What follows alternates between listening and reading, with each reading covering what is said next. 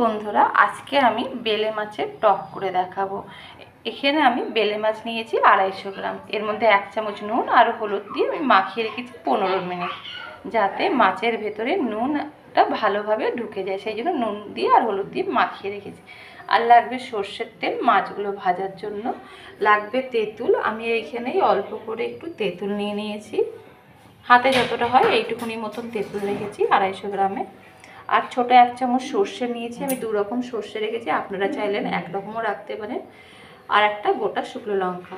আর এখানে নিয়েছি 1 চামচ হচ্ছে হলুদ গুঁড়ো, 1 চামচ হচ্ছে নুন আর একটু মিষ্টি। হলুদটা তো 1 চামচই দেবো, এখানে নুনটা হচ্ছে একটু স্বাদ মতন আমি এখানে 1 চামচ দিচ্ছি। আর চিনিটাও হচ্ছে একটু বড় চামচের 1 চামচ দিয়েছি, একটু টক মিষ্টি হবে। এইদিকে আমি কড়াইটা বসিয়ে দিয়েছি, কড়াইটা গরমও হয়ে যাচ্ছে। এখানে আমি সর্ষের তেল দিয়ে দেবো মাছগুলো ভাজার জন্য। তেলটা গরম হলেই মাছগুলো আমি ছেড়ে দেবো। তেলটা গরম হয়ে গেছে, এবার আমি মাছগুলো দিয়ে দিচ্ছি।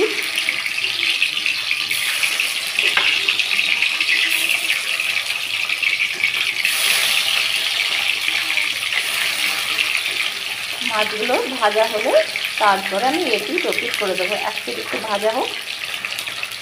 মাছগুলো কিন্তু আমার ভাজা হয়ে গেছে, এবার আমি মাছগুলোকে সব উঠিয়ে নিচ্ছি।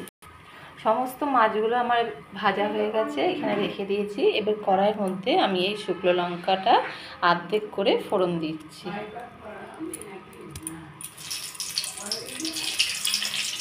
একটু ভাজা ভাজা হয়ে যায় শুকনো লঙ্কাটা।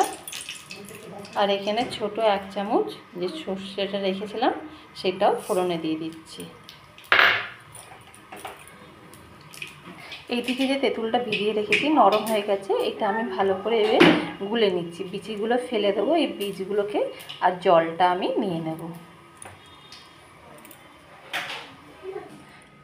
তেঁতুলটা আমার কিন্তু পুরো গোলা হয়ে গেছে, বীজগুলো ফেলে দিয়েছি। এইবার এর মধ্যে নুন হলুদ আর মিষ্টিটা এর মধ্যে দিয়ে আমি গুলে নিচ্ছি। এইভাবে গুলে নিলাম।